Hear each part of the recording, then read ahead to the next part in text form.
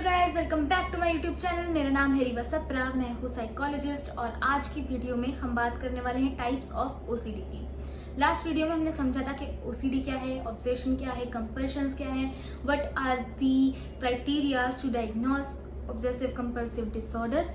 Now हम बात करेंगे कि कितने टाइप्स ऑफ ओसीडी है। लास्ट वीडियो में हमने इस बारे में बात नहीं करी थी क्योंकि वो वीडियो बहुत ही लंबी हो जाती, तो मैंने तब बोला था कि हम नेक्स्ट वीडियो में बात करेंगे। तो ये रही वो वीडियो।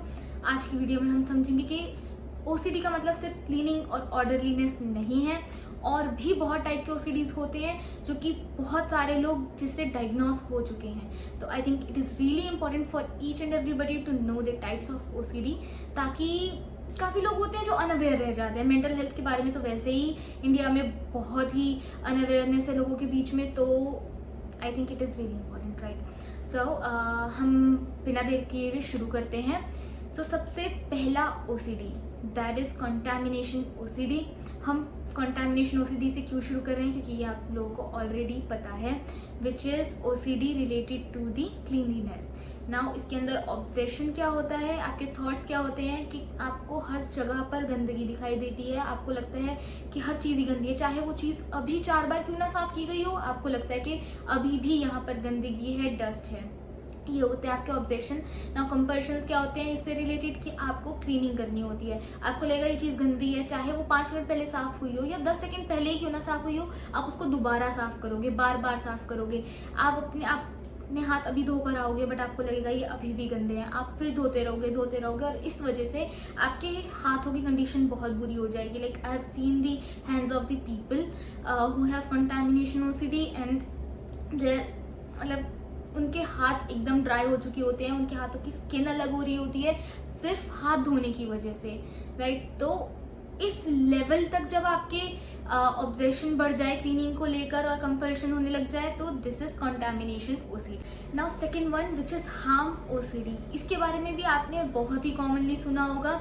हार्म ओसीडी होता है जिसके अंदर एक इंसान को बहुत ही ज्यादा फियर होता है अपने आप को या दूसरों को हार्म पहुंचाने का।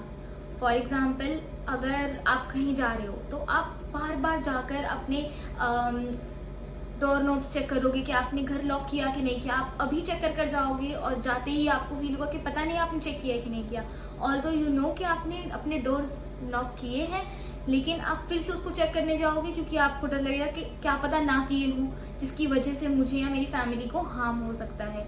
तो दिस इज हार्म ओसीडी, जिसके अंदर आपको एक्सट्रीम फियर होता है अपने आप को या किसी और को हार्म पहुंचाने का। और इसके रिलेटेड कंपल्शन ये है कि ऑब्वियसली आप बार बार जाकर उस चीज़ को चेक करोगे। लाइक घर से निकलने से पहले आप बार बार अपने गैस नॉब्स चेक कर रहे हो कि आपने गैस ऑफ करी कि नहीं करी, आपने अभी चेक किया था बट आप फिर से जा रहे हो, राइट। और ये एक्चुअल में लोगों के साथ होता है। मैंने ये भी देखा है इंटर्नशिप्स में लोगों के साथ, दे रिपोर्टेड कि वो कम से कम 10 बार वो अभी लॉक कर आते हैं और वो फिर से जा रहे हैं दोबारा चेक करने जस्ट टू मेक श्योर कि उन्होंने डोर लॉक किया है या नहीं किया है। तो this is another type of OCD, जिसकी वजह से कहीं बाहर, अब वो घर ही नहीं छोड़ पा रहे हैं अपना, वो बाहर ही नहीं जा पा रहे हैं इस डर से कि पता नहीं कहीं वो लॉक खुला ना छोड़ जाए अपने घर का, या वो अपने गैस नॉब्स ओपन ना छोड़ जाए, राइट। तो this is harm OCD. Now talking about third type of OCD which is symmetry and ordering OCD.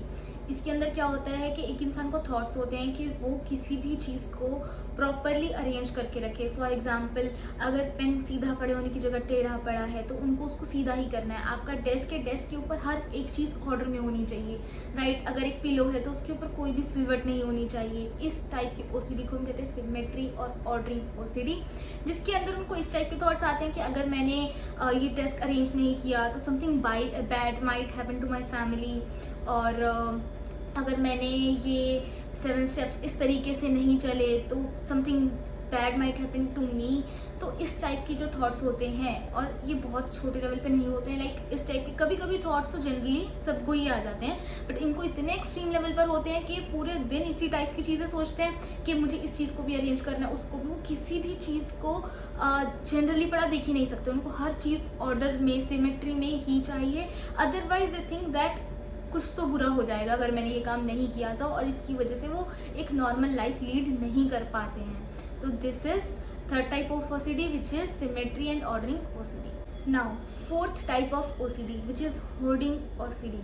अब इस टाइप का ओसीडी क्या होता है कि ये बहुत ही कॉमन है, स्पेशली इंडियन हाउस होल्ड्स में, जो कि हमने देखा है अपनी दादी नानी या इवन मम्मी में भी हमने देखा है कि वो चीज़ें फेंक नहीं पाते हैं। लाइक आपके घर पे न्यूज़पेपर्स आए, वो कब से न्यूज़पेपर्स इकट्ठे हो जा रहे हैं बट वो उसको फेंक ही नहीं पा रहे हैं, जिसका आपको पता है कि कोई यूज़ भी नहीं है इन फ्यूचर, या यूज़ होगा तो वो बहुत इजीली अवेलेबल भी हो जाएगा, बट स्टिल वो उस चीज़ को फेंक नहीं पा रहे हैं, राइट। वो हर एक चीज़ को संभाल के रख रहे हैं। कोल्ड ड्रिंक की बॉटल्स आई तो कोल्ड ड्रिंक की बॉटल को कोल्ड ड्रिंक पीने के बाद उस बॉटल को नहीं फेंक पा रहे हैं कि शायद ये कभी इन फ्यूचर काम आएगी, राइट। अब ये तो फिर भी ठीक है, इसके अलावा भी और बहुत ऐसी कोई किसी भी चीज़ का रैपर है, आप वो नहीं फेंक पा रहे हो। आपके घर में कोई चीज़ आई, वो किसी एक पर्टिकुलर बॉक्स में थी, अब उस बॉक्स को नहीं फेंक पा रहे हो।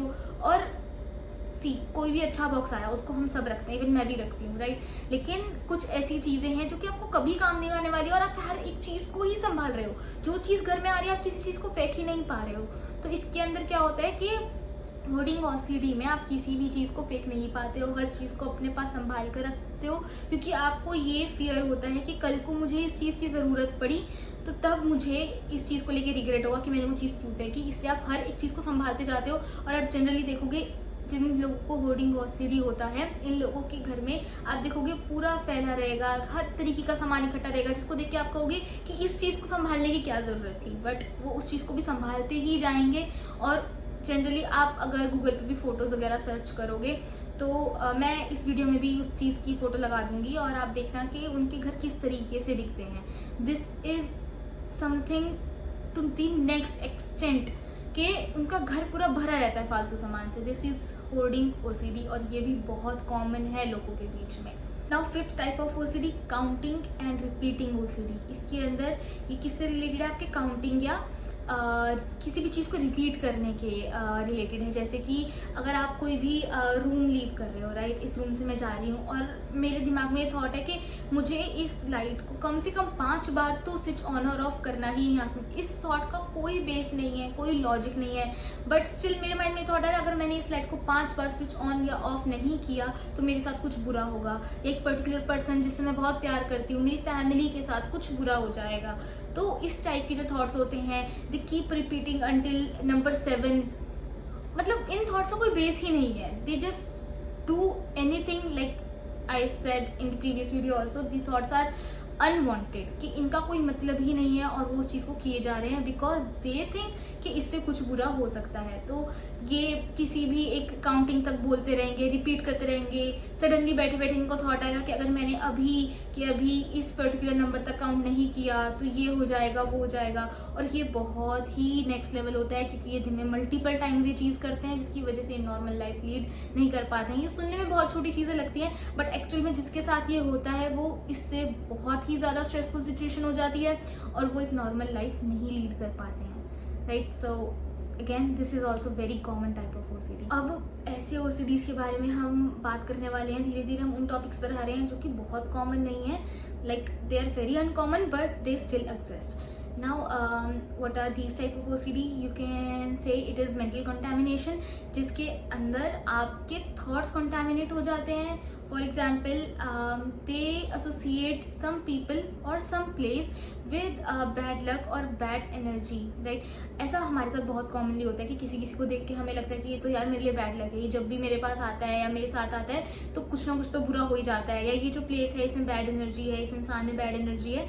ये हमें बहुत लगता है, बहुत कॉमन है ये चीज़। लेकिन इस टाइप का जो ओसीडी होता है, ये लोग इस लेवल तक इसको फील करते हैं कि अब ये उस इंसान को देख ही नहीं सकते हैं। फॉर एग्जाम्पल, इनको इनके फैमिली में किसी मेंबर से बैड एनर्जी या बैड लक वाली फीलिंग आ गई तो ये अब उस इंसान को देख ही नहीं पाएंगे, फेस ही नहीं कर पाएंगे, and they will keep thinking about it. they will not be able to face that person, और even if वो उनके सामने नहीं भी है, वो उनकी ना बात सुन पाएंगे ना कुछ कर पाएंगे। तो again this is also a type of OCD जहाँ पर आप किसी भी प्लेस को या किसी भी पर्सन को बैड एनर्जी से रिलेट कर देते हो और उस चीज़ को क्लींस करने के लिए आप बहुत तरीके के मेंटल रिचुअल्स में पड़ जाते हो। मेंटल रिचुअल्स बहुत तरीके के हो सकते हैं, आप न्यूज़ में भी सुनते हो, बहुत सी ऐसी चीज़ें होती हैं जो लोग करते हैं जिसका साइंस के पास कोई जवाब नहीं है, दीज आर मेंटल रिचुअल्स कि जिसका कोई लॉजिक नहीं है, वो कुछ भी अपने थॉट्स में उन्होंने कुछ भी कर दिया कि अगर मैं ये करूँगा तो ये हो जाएगा, राइट। सो इस टाइप के मेंटल रिचुअल्स में वो इस वजह से पड़ जाते हैं। So this is mental contamination OCD. Now another type of OCD which is existential और फिलोसफिकल टाइप ऑफ ओसीडी। इसके अंदर क्या करते हैं, जिस भी इंसान को ये ओसीडी है उनको इस टाइप के थॉट्स होते हैं कि वो बहुत ही ज़्यादा क्वेश्चन करते हैं, लाइक देयर ऑन रियलिटी के I don't know if I am real और not, what if all of this is a dream, right, what is the purpose of my living, if I am real, if this world is real, if other people are real, ये लोग uncertainty से बहुत ज़्यादा डरते हैं, right. So again इस type के thoughts हम सबको कभी ना कभी आ जाते हैं कि what is my purpose and if I am real or not, okay, ये बहुत ही कॉमन है। बट ये लोग अपने दिन के मोस्टली टाइम यही सोचते रहते हैं, राइट। अगेन 1 घंटे से ज़्यादा अपने दिन का ये इसी थॉट्स में बिताते हैं और ये इस लेवल तक इन चीज़ों को सोचते हैं कि कुछ भी अपनी नॉर्मल लाइफ नहीं जी पाते, कुछ भी कर नहीं पाते, क्योंकि ये सोचते हैं कि आई don't know if I am real और नॉट, राइट। कि आप सोचो कि जहाँ हम सपना देखते हैं, अब सोचो जो आप जाग भी रहे हो तो भी आप पूरे टाइम ड्रीम लाइक फील कर रहे हो, right. So they question each and everything in their life, they question the universe, their own reality, the other people's reality, right. और इन थॉट्स में ही वो अटके रह जाते हैं। तो ये क्या है, एग्जिस्टेंशियल और philosophical type of OCD. Okay, so now next OCD is somatic OCD. ये भी थोड़ा कॉमन तो है क्योंकि मैंने तो ये बहुत जगह पर देखा है।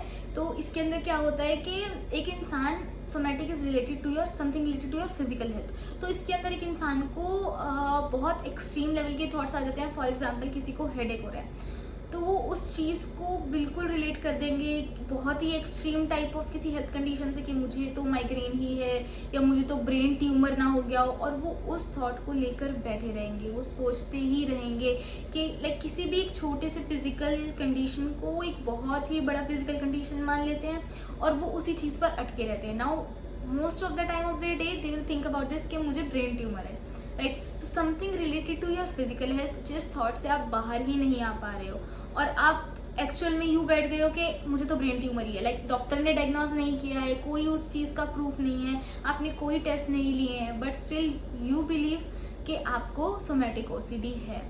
So this is also very common which I have seen in people. और जब मैं इंटर्नशिप कर रही थी तो मैंने इस टाइप के पेशेंट्स देखे हैं जिनको फिजिकल सिम्टम्स थे और जिनको इस टाइप के थॉट्स थे कि उनको यही है, ऑल्दो उनको ऐसा कुछ नहीं था।